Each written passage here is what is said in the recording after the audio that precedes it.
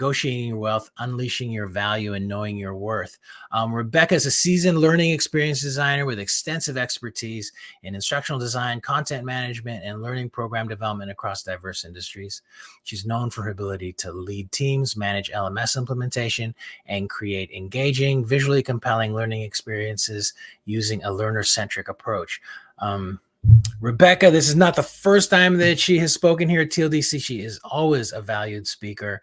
It's absolutely incredible. Rebecca, I hope to see you at live events speaking in front of hundreds of people at some point soon, because you are definitely that good. So I'd love to see you at a conference or something, speaking in front of a room. But yeah, and with that, I'm going to go ahead and hide myself and let you take over. Thank you so much. I'm like, how can I beat that type of introduction? Yeah. So like Louise said, I love being with my TLDC fam. I love speaking at these conferences and bringing some of my expertise and knowledge to the table, because in my mind, there's enough for all of us to succeed. There's enough for all of us in this industry to really get what we need out of things. So I'm not going to take up too much of your time today, but I am going to talk a little bit about money, but also value. So one thing that people have come to me, transitioning teachers, just people transitioning into L&D a lot, they're always asking about, so what should I be getting paid? What does that look like? All these questions about money.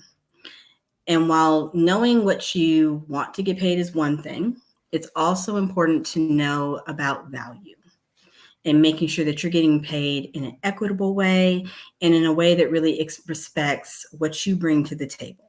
Because even though you're new, and you're going to hear me say this a few times, even though you're new to L&D, you are not new to life. You're not new to experiences. You have a lot to bring to the table. It's just getting other people to kind of see that and getting you to see that as well. So we're going to talk a little bit today just about, like I said, wealth and knowing your value and your worth. So let's get started. So we've divided it into 3 different sections. We're going to first talk about what defines value and how this actually translates into your financial success overall. We're also going to talk about why you need to be aware of your value and how having that awareness or not having that awareness, either way, can actually impact you, not only in just what you make, but also in your work. Because not knowing your value will impact your work. And we'll talk about how that happens in a bit. But also, how do you enhance your value and establish your individual worth? So, of course, everybody's always asking as well, what tools do I need to know? What should I be doing as a new designer, a new developer, somebody new in L&D? How can I reach my ultimate goals? And we're going to talk a little bit about that too. So before I really get started, I want to know, how does everybody here define value? So if you hear that term, what does that look like for you? What comes to mind? Type it in the chat for me, if you don't mind. I'll give it about a minute or so and see what we get.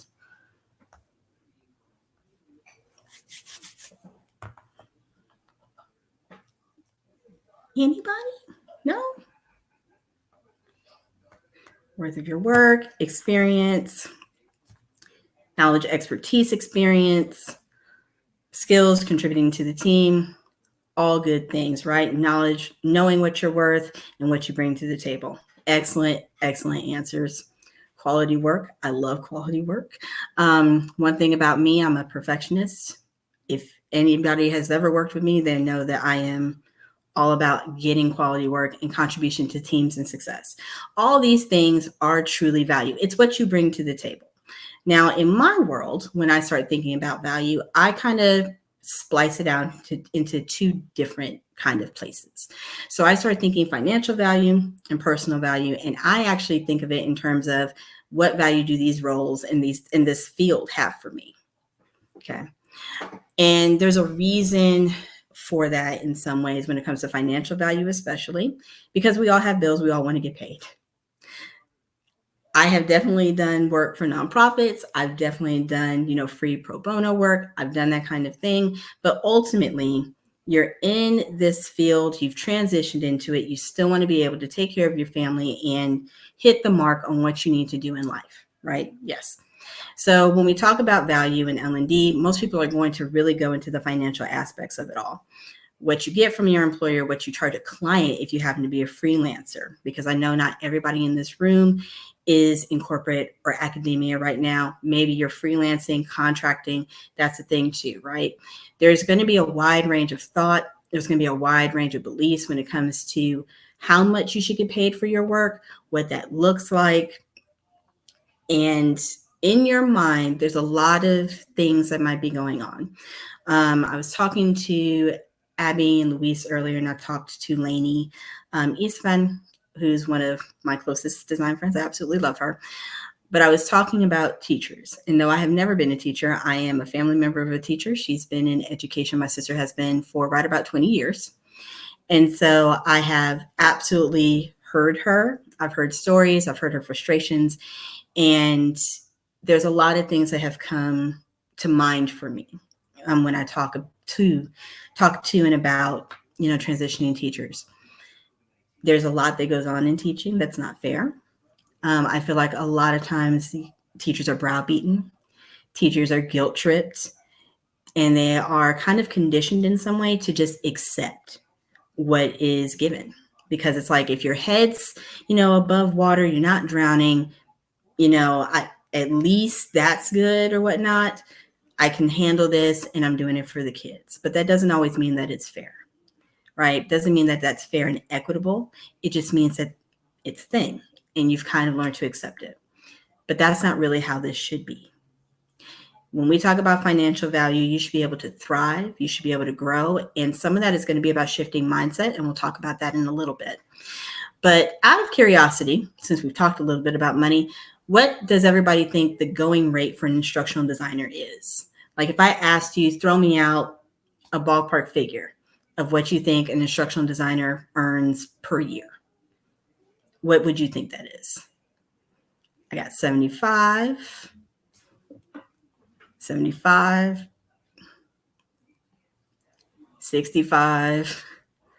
yeah, 60 to 70. Most are pretty close, and it can depend on the region. Good call out, June. In general, as of 2024, the yearly average per year is going to be about $68,000. And that's for IDs and designers that are in academia.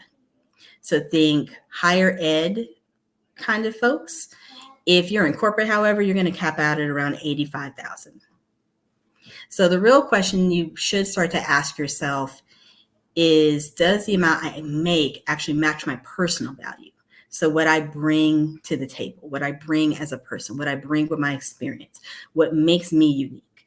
As a teacher, sometimes I'm in awe of transitioning teachers when they come in, because they have a lot that they bring to the table, but some of them don't even know what they bring. So I am somebody who is I'm very organic. I'm very self-taught. I've been around for over a decade in L&D, but a lot of it, I don't have like a degree. I don't have like a bunch of that professional experience. I've just kind of grown into it. And a lot of these folks are coming in and they are just, they're dynamic and they have so much potential. But I don't even know sometimes, and they don't know sometimes, why they can't seem to get over that barrier that exists for some of them. Not for everybody, but the ones that I have absolutely loved and thrived with and interacted with, they tell me, like, it's just hard to see some of that personal value. But what I want everybody here to know is that you absolutely have so much that you bring to an L&D space, like being able to create good content that's organized, being able to kind of look at things very differently from how a creative, I'm very artsy fartsy abstracty, how I would view things. And it really is a value to even the coworkers that you work with. Okay. So the other part that I want you guys to understand about personal value is, when you don't quite understand your personal value, you can't really even begin to advocate for your financial stuff. Because you start to take these jobs, you start to take all of these jobs, like whatever comes to you, And you won't really push back. You won't really negotiate that much in terms of what you're making, because you're like, well, I don't want anybody else to get this job. And right now, if we're being honest, our market is saturated. It's oversaturated in some ways. Like, there is an instructional designer, there's a developer, there's so many of us now. Just in the last couple of years, it's exploded, like nobody could have expected. And so it becomes a situation where you feel, well, I have to take these things because I need to pay money. I need to do bills. I need to do my, I need to live my life. And again, that's not quite the mindset that we want you to have by the time you leave this today. For those who are wondering about freelance instructional designers, they're going to be on par usually with corporate on the lower end, but they can actually stretch to upwards of $200,000. If anybody's wondering, I'm a freelance designer. Sorry, I didn't introduce that part of myself earlier. But I'm a freelance designer, so I have my own clients. I subcontract out if I need to use folks for work, that kind of thing. But I live in the freelance space. So why does all this even matter? At the end of the day, to me, it's very simple. Knowing about value is going to be critical in terms of your long-term success in L&D. I can tell you that I have worked with so many bosses and so many personalities, and not knowing your value, how much you're worth on just a personal level, how much you should be worth on a financial level, will impact you in ways that you didn't even imagine. So, quick little story about myself. I remember I was working at a startup or whatnot, and I've worked there for about 4.5 years. During that time, I was paid about $25 an hour. And you might be thinking, so maybe you were just a designer? I was more than a designer. I was essentially their learning and development manager. I built their department from the ground up. I trained over 200 different agents worldwide because I was the only trainer that was there. I created their LMS. I designed all of their courses. I designed all of their multimedia. I created their entire curriculum. $25 an hour is what I was making. But I loved my job so much that I just really didn't think about it in any way, shape, or form. I was just like, oh, I'm so happy. I love what I do every day, which is perfectly fine. We want you to be happy, right? But after a while, I was like, I don't feel as fulfilled. So I started to go on like Upwork and some different freelance sites just to see what else I can do, see what else I could do to build my skills, in L&D, that kind of thing.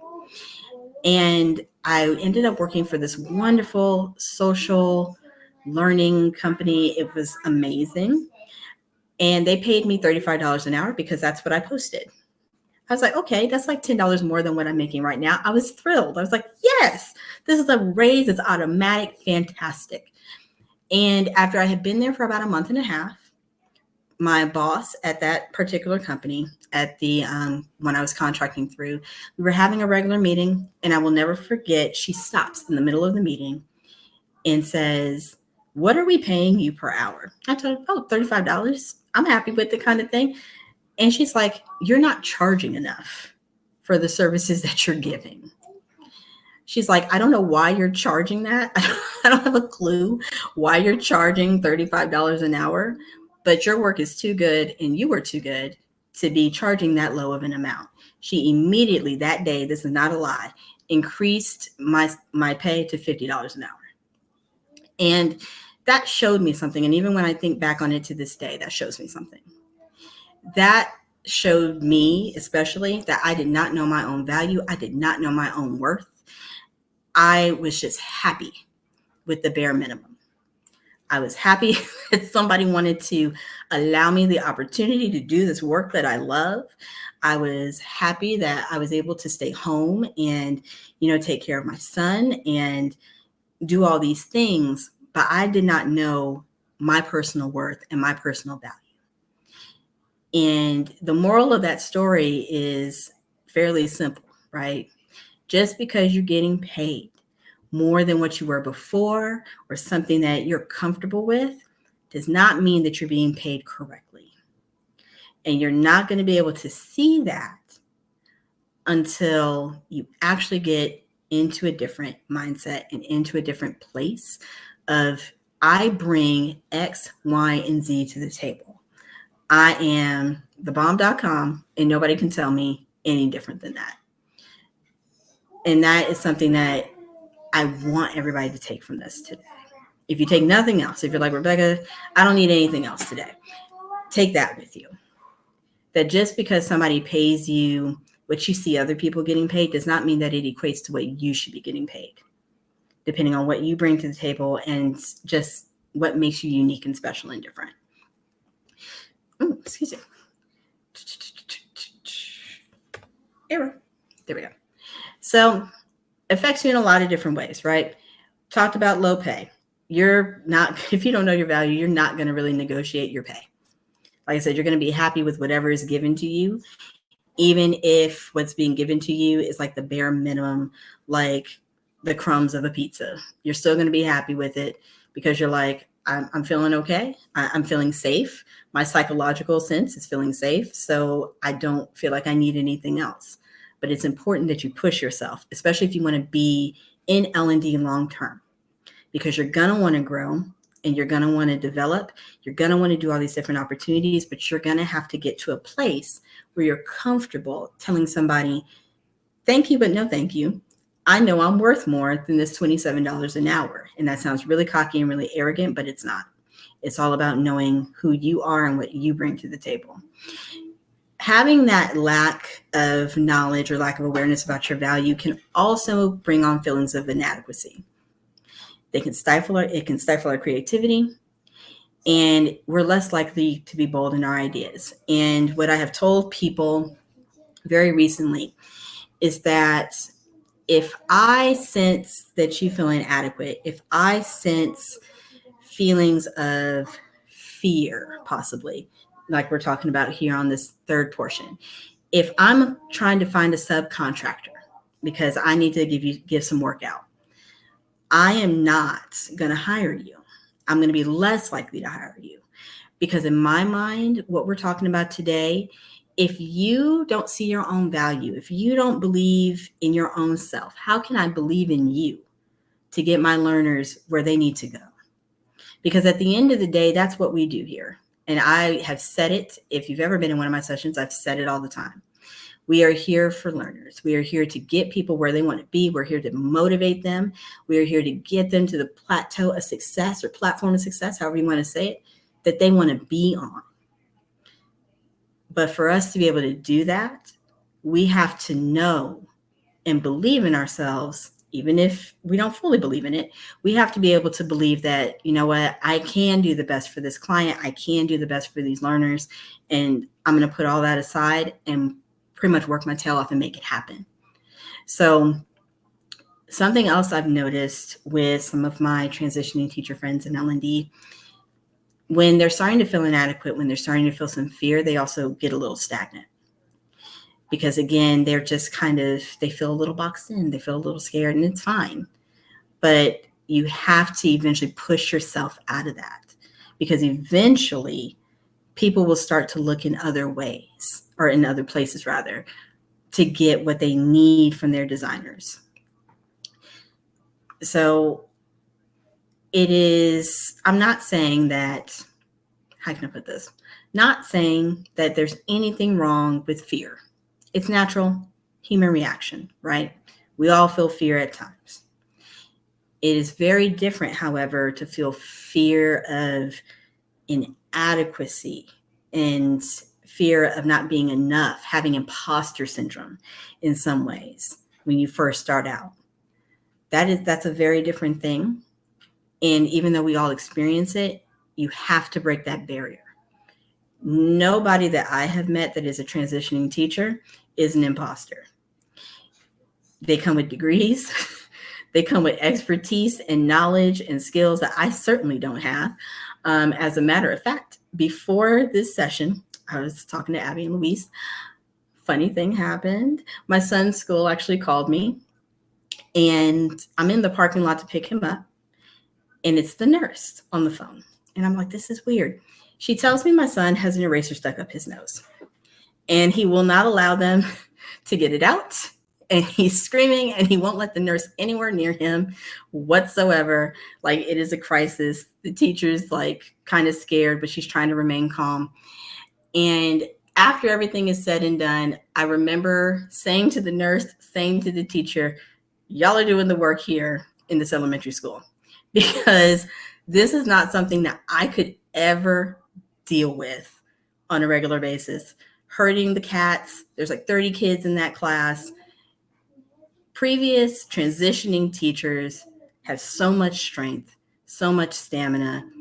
I'm slightly envious of it because, again, I just have the one cat in the form of the 7-year-old boy, and it is a lot for me. So when I meet transitioning teachers and some of them don't feel like they're the experts that they are, it's sad to me in some ways, because it's like you don't see how amazingly special and great you are, but you are. You're fantastic, and let nobody tell you different.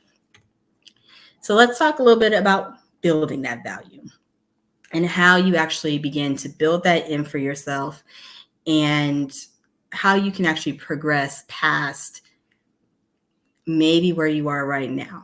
And I do want to add a caveat. If you are happy with your pay, by all means, live your life, live your best life. I love it. However, I do believe that at any point in time, at most points in time, you're going to probably want to grow.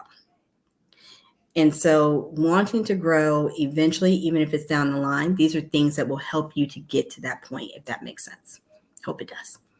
So what are some ways that you can really start to build your value financially and even emotionally, personally, like we've talked about so far?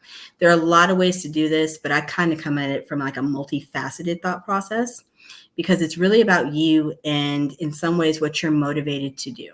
I'll explain why I say that in just a second.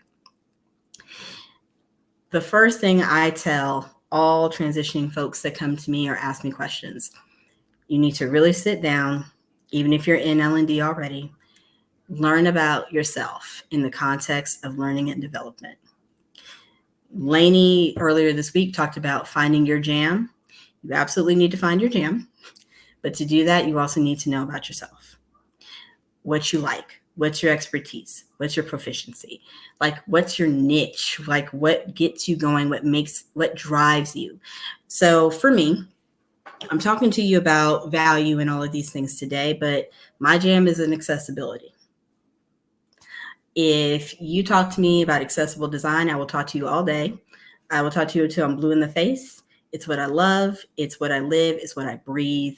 Like, it is my brand. It is my company. I'm a complete supporter and advocate of that. But that's also like where my proficiencies now lie. That's where I'm strong at. I'm strong at creating video. I'm strong at these things. But I don't feel like I was as strong before I sat down and really talked with myself about, why am I doing this job? And what do I want to get out of it at the end of the day? Yes, money is a thing. But why am I really doing this? Am I doing this? Am I okay with working for like corporations? Am I okay with continuing to work with startups? Am I okay with continuing to work with just nonprofits? Am I okay with just helping people line their pockets? Like, there's all kinds of things that are involved there. But for me, it ended up being, I want to have a business, a brand that it truly speaks to people who need support and who aren't always seen, even in learning and development. Sometimes they're forgotten. And I mean, I have one of those people in my tiny human. He's autistic. And I wanted to create a world where he could live and he could thrive and he could be his best, beautiful self. And so for me, learning about myself was a moment of true honesty. And learning about yourself helps your personal value, obviously, because then you start to see, I'm good in this area. I'm great in this area. Like, I have my mission kind of statement. I have my value kind of statement.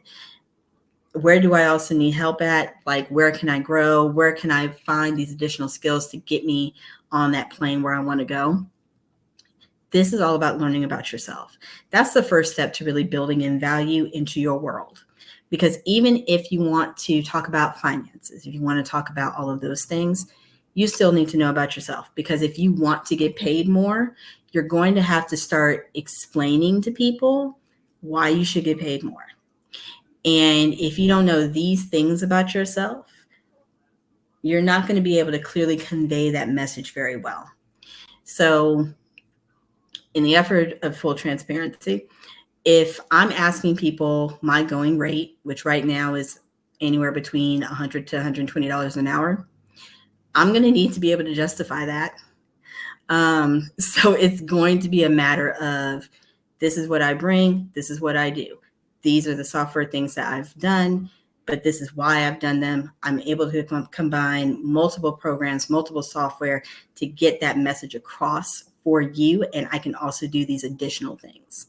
So learning about yourself personally will, of course, result in a financial bonus to you as well. Yeah. You should also prepare yourself. So when you come into the world of L&D, I've seen so many different experiences. It's just wild. Some people are like, yeah, I feel like I was just kind of thrown in to like this insane amount of stuff. If you're working for a startup by any chance, you probably feel that on a very deeper level, because things change all the time. Things are constantly moving. Things are constantly fast paced. And so when you're first transitioning in, it can be hard to even figure out, where do I look? Because there's all these different avenues. So it's like, where do I even look to start to get myself in the place I want to be, right? So in my mind, there should be just some very basic tenets built into your world when you start talking about, well, I want to get paid more, or I want people to value me and my work and my opinion more, right? Part of that is going to be developing your skills, developing your knowledge, and even developing your viewpoint so that you're more than just this transitioning person to some people. In full disclosure as well, I'm one of those, I will be fully transparent with you in all of my flaws over all of my years.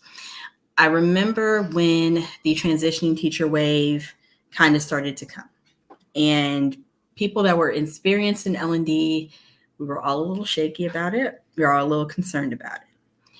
Not because we're bad people, but because we're like, I don't really know what to think about this. And you get some that are coming in and they weren't necessarily what you expected. It just was a thing at the time. Not necessarily the right thing, not necessarily the right thought process, but it was definitely in existence.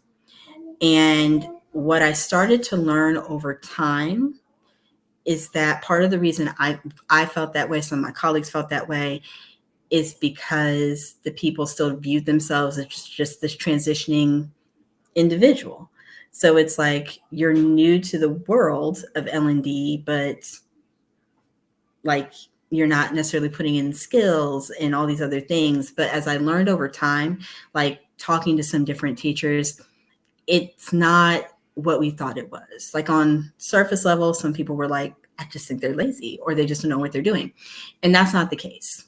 It's never been the case. It's not the case whatsoever. But the thought process that comes across is, well, they're just transitioning. They don't know anything. And some of that, though, is fear on the side of the transitioning teacher, because they're like, I'm coming into the shark's den. Nobody seems very welcoming or open. And I don't know where to look. I don't really know where to turn for support, all of these things.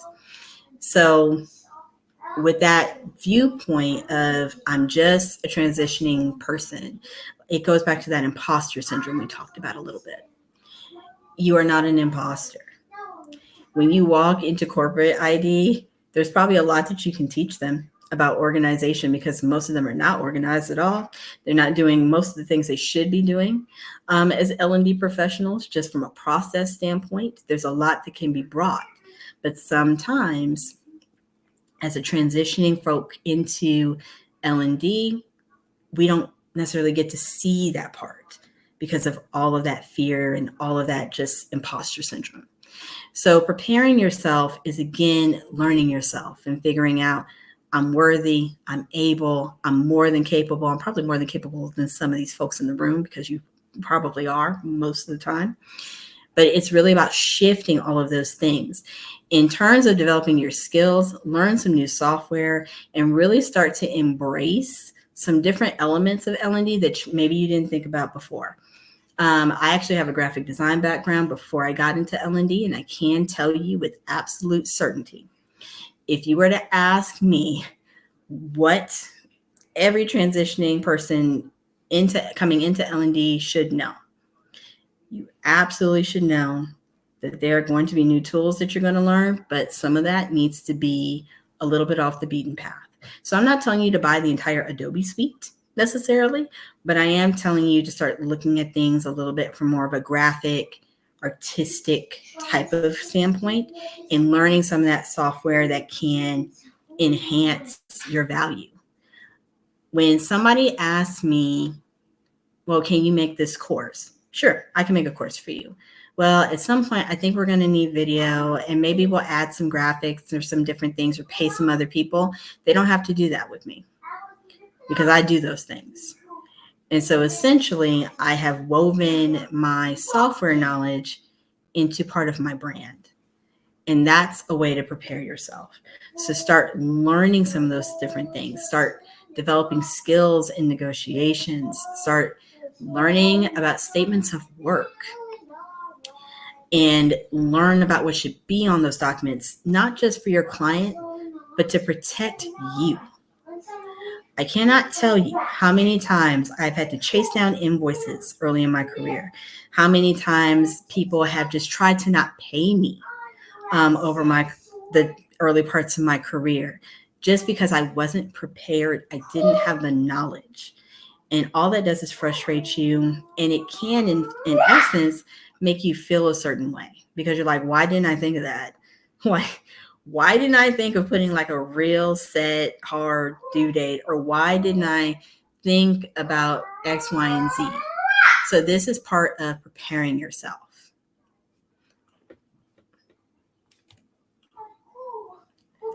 Next, learn how to scope. Out of curiosity, yes, Mark, correct. So think contract in a freelance context. I call it a statement of work, and good question on you because we're going to talk about it a little bit. Scoping, ladies and gentlemen, everybody has heard about scoping. This is probably one of the places that I find people really struggle when they first get started. And there's a lot of reasons for that, right? Because depending on if you're a freelancer, depending on if you're in corporate, whatever sector you're in L&D, you're going to hear about scoping. And everybody always wants to know, well, how long is that going to take to do? Like, how much is that going to cost me to do? And you can have the same project and come out with 3 or 4 different answers if you ask 3 or 4 different designers or developers. It's just kind of the way it is. And so, you start to scope a project. I always like to say, keep it simple and keep it easy. So for me, what I ended up doing during the learn about myself process is I actually started to clock how long it took me to develop things. Because yes, you have industry standards. Yes, you have the philosophy that you have level 1, level 2, level 3 interactions, all of these different things. I'm not saying they are not valid. However, they did not work for me, and I found out that they did not work for the clients that I had. And that was strictly because some of that can become very convoluted, very overwhelming for clients, very overwhelming for people who are just trying to work with you and ask very basic questions about what that should look like.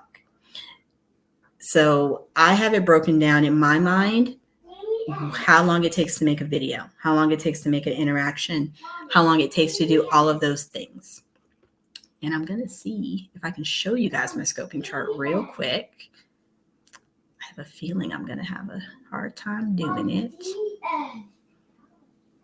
Yeah, it's not going to let me. So I'm probably going to share it after I release the screen. But I have a scoping chart, and I actually have a welcome kit that all of my clients get from me. And in that kit, it has that scope chart. But it also will have, after we've done our needs analysis, or as I like to call it, let's talk about your quilt that you want me to make out of these scraps of information that you have. Let's go ahead and talk about that today. Like, that's what I call a needs analysis meeting. Mm-hmm. Good job. Yes, you hear my 7-year-old in the background living his best life about Pete the cat. But essentially, I like to, well, thank you for that. But I like to call the needs analysis truly like the quilt stitching session. I'm going to get to see what scraps of cloth you have for me, and then I'm going to figure out how to make a quilt. Whether it's a big quilt, small quilt, we're going to have to make one today. And so what we end up doing in those meetings, I keep it really simple. I keep it really not light necessarily, but I just keep it really basic, because at the end of the day, your clients, what they want, even if it's an internal client, what they want is just their product. If you talk to them about level 1, level 2, level 3, and all these other things, they're not going to necessarily understand it because they're not in our wheelhouse, right? So going through all these processes, I'm not saying that they are wrong, and I really want to just hammer that home. I said, just from my experience, it did not work for me, because I have found that my clients really love a more simplistic approach to the situation. So when I am scoping, we'll have our discussion, and then I'm going to send them a time and cost analysis. So essentially, based off the scope chart that I gave them, I'm going to tell them, this is what you've asked me for. This is what that entails. It entails possibly this many slides, or this many transitions, or this many layers, whatever the case may be. Your estimated range of cost is X to X, and it'll take X number of hours. And I do provide a range. I am also somebody who I will never underquote somebody. If anything, I build in some extra time so that they have time for edits and modifications. One other thing that I see a lot with scoping when folks first start out is really wanting to get into some nitty-gritty type stuff that will eventually pigeonhole you. Like, if you tell somebody, I'm going to make these RISE courses for you, but I'm only going to have one storyline block in each course. That sounds like a great idea, and it sounds really well laid out kind of thing, but it doesn't always work. And so that's why I'm always very keen about a very good picture of what they're getting, but also just being very like, hey, this is a range that we're talking about. I'm going to charge you every month. And then at the end of it, I don't have to ask for more funds. And most of the time, they actually have more money left over. So in my actual proposals, what I also do is I like to pretty much project growth for them. So I'm going to quote you what you asked me to do, but I'm also going to think ahead a bit. I'm going to think about what types of things I can get for you maybe down the road. So good thinking part of it is, if you are a freelancer especially, you have an opportunity to cultivate your client. And quite frankly, in the environment that we're in, that's what you should be doing. Because again, we have so many folks coming in that, hey, there's new blood. And so you do have to learn how to maximize the opportunities you do have so that you have a long-term client. Case in point, I absolutely had a client middle of last year. I quoted them for one thing, but I said, hey, it looks like you might need like these additional courses to kind of back it up kind of thing. I understand your budget may not be that way right now, but this is an option that we can do later down the road. What am I doing right now? That option. So I've essentially had them for a little over a year at this point. And that's how you do it.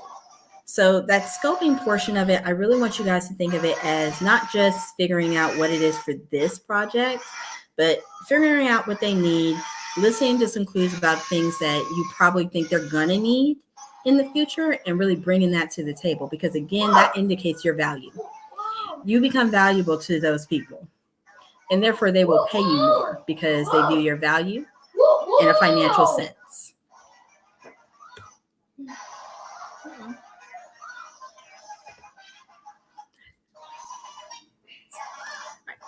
And so my last tip on building your value is be creative. Like I said, I want you guys to start shifting your mindsets. Like you are no longer just this transitioning human that is just starting out in L&D, maybe a year, maybe 2 years, maybe even 3 in some cases. People still kind of feel a little new at that point. You are somebody who deserves a seat at the table. If you didn't deserve a seat at the table, you wouldn't have a seat at the table, is the way I look at it. Like, you're here, so you might as well go ahead and eat, essentially.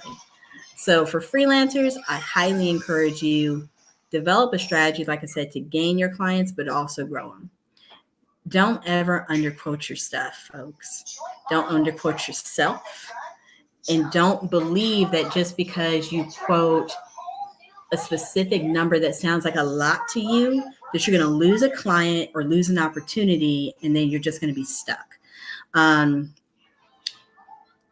Tell you another story about myself. Telling a lot of stories today that I don't normally do. I had a client last year. I had worked with them before. They came to me like, "Hey, we want to use you for this other project," and it was a really big project. I'm talking 12 courses or 12 workshops. Each one has a workbook. Each one has an e-learning attached to it. Each one has a presentation. Each one has a facilitator guide. So we're talking things like videos. We're talking articulate storyline. We're talking articulate rise. We're talking, in my world, Adobe Premiere, because that's what I personally like to use. We're talking about my graphic design stuff. We are talking about a slew of things.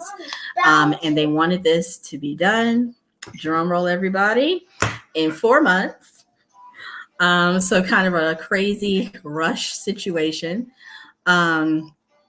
Just bananas. And I remember talking to some of my colleagues, and I'm like, the amount that I would charge for this feels like so much money, because you want it rushed and you want all of these components, which I love the idea of. But if I quote what I feel like it probably should be quoted, there's no way they're going to take this proposal.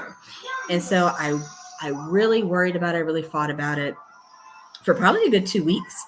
And finally it was like, I've got to submit this before they just think I'm not interested. And I remember being so nervous about it, and they completely took that deal. Not a hesitancy, not anything. Absolutely ended up being like the biggest contract I've had to date. I will say it was 6 figures, just because it was, in my mind, so much money does not mean it's like that to your client, and especially if they see that you bring value. So again, that fear, that feeling of inadequacy, and in some cases as an imposter, because I felt that way. I was like, I don't think I'm equipped to do this. And I've been around for a while, and even I have those moments where I'm like, I don't think I'm the one to do this for you, because this is a lot of work and this is a lot of money. Are you sure you want to pay me that money for that kind of thing? They did it. I've had them ever since, and they continue to be a revenue generator for me. So never, ever, ever, ever, ever, ever get yourself into that point of believing that what you want to quote isn't good enough, or be afraid that a client isn't going to want you because you're going to quote this amount, or they're not going to want to work with you, or they're going to find somebody else. Hey, there might be a chance they find somebody else, but guess what? Somebody else, another employer, another person, another client will still see your value and your work that you bring. It's just the way that it is. There's always opportunities. I have seen it, and I have lived it. Like, I have been the one who is hanging out, waiting for my invoices to clear, feeling a little scared when things don't happen. There's always a client who wants you and who believes in what you are doing and will push for you. For my people in corporate and academia, I do want to say, become the creative mavericks in the office is always what I say. Every office needs one, and it doesn't always have to be the artsy-fartsy abstract one. It can absolutely be you. It can absolutely be you and your experience and your thoughts. Push your boundaries, pitch new ideas, come up with new things. That is a way, those are ways rather, to really demonstrate your value. Like at the end of the day, you joined L&D to do great work. You joined L&D to do good things. For transitioning teachers, you were already doing amazing and good things in classrooms. You were leading people to learn. You're leading people to be a better version of themselves than they were before they met you. You can still do the same in an office. You can still do the same in an academic, context as a designer, as a developer. All those things can happen, but you have to know your value. You have to know your worth before you even get to any other aspect of that. Okay.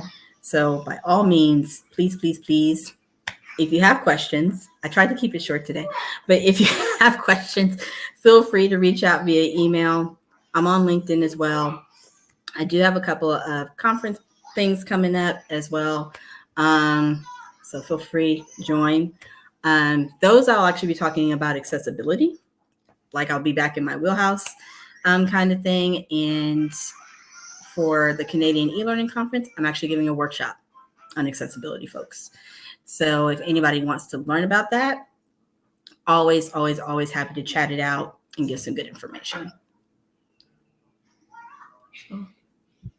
Oh my goodness. I'm reading Mark's question.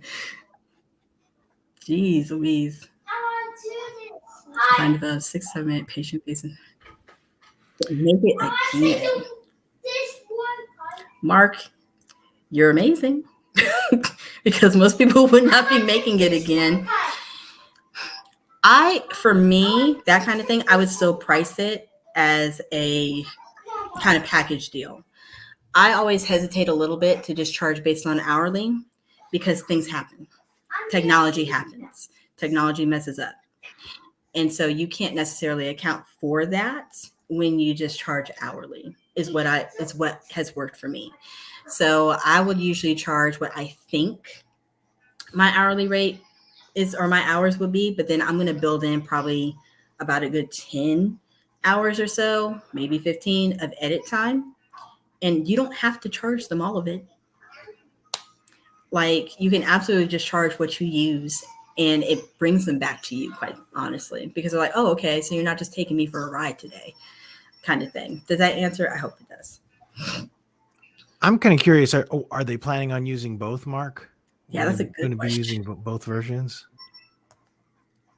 I love the fact they made them redo it in Spanish. Okay. Yeah, they are going to be using both. Absolutely, Mark. Estimate above every time because clients, especially in freelance land, it's hard to go back and ask for more money because then you really have to justify why you're asking for more money as opposed to just saying, hey, I didn't use all your money. So you still have money to use for maybe this thing that I noticed you might need after doing your project or whatever. It makes you look like a bargain thing.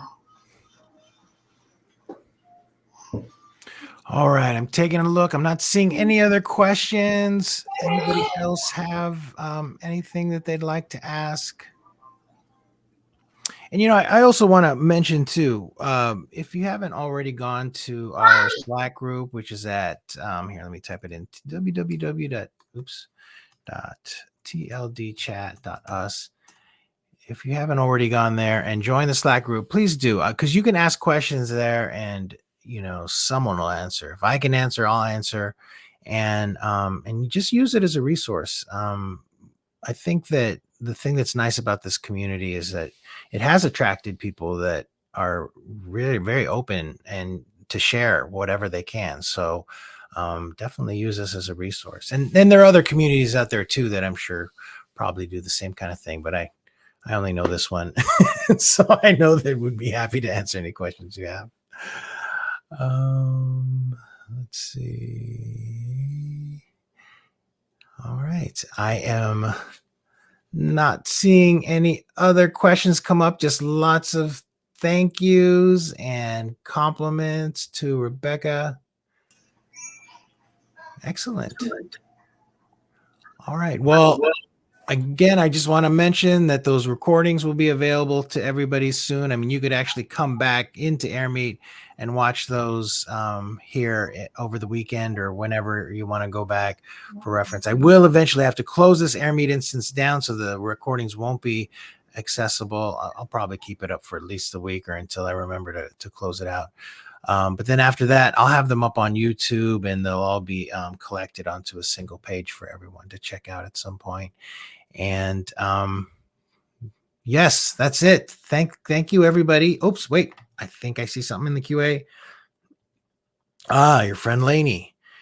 Can you talk quickly about finding your value in speaking at conferences? Ooh. That's a good one. I'm like, Lainey would ask that kind of question. Thanks, How will I say this? So finding my value in terms of speaking at conferences, and that is hard. I am actually somebody who has natural stage fright. Believe it or not, I usually stutter. I get very nauseous before presentations, all the things. So in general, I don't like public speaking.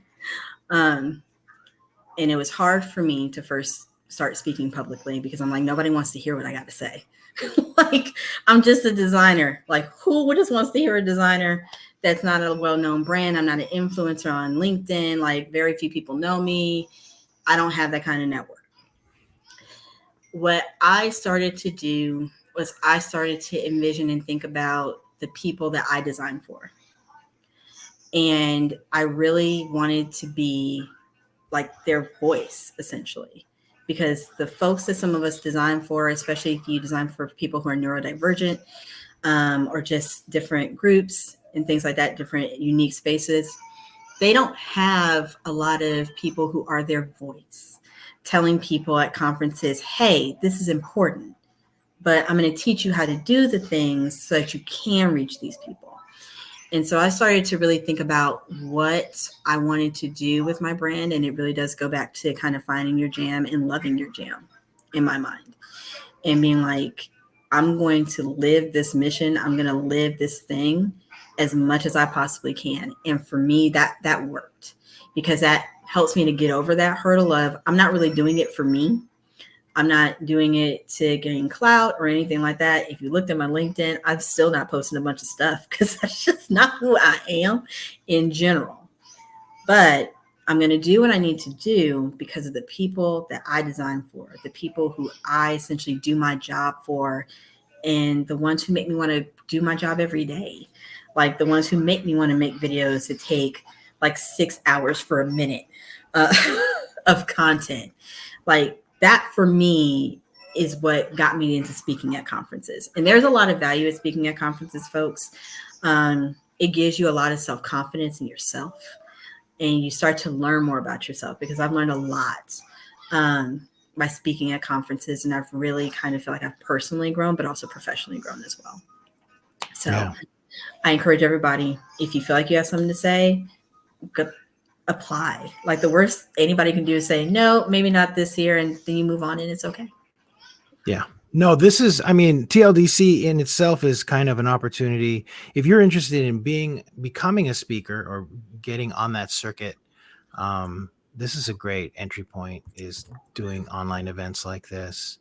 And I can actually tell you, as far as, you know, showing value at events as a conference producer, really the way that, you know, I was taught to look at speakers is ultimately, what is their business value? Like, how many people is that person going to bring into the conference, you know, as far as registrations are concerned? You know, are they going to bring in, you know, 6 people, 10 people, you know, because especially with the larger events, you're looking at, you know, you need to have several thousand people registered for this. And either that person has a name or a brand that has resonated with a lot of people, and people are going to want to go to that event to be able to see them speak, or they have a topic or are going to be speaking about something that that will fill the conference agenda nicely and make it more attractive overall. So, you know, that is really, from the conference producer's perspective, that's the way that they look at it. But I do think that as you know, finding your voice and finding the confidence to speak at a conference, everyone that's spoken at TLDC events, I think really just has it. And I think that most experienced instructional designers are already kind of equipped with the tools to be able to pull it off nicely. Lainey, you could speak at a conference with no issue whatsoever. You'd be a badass at it. So, do it if Yes. you can.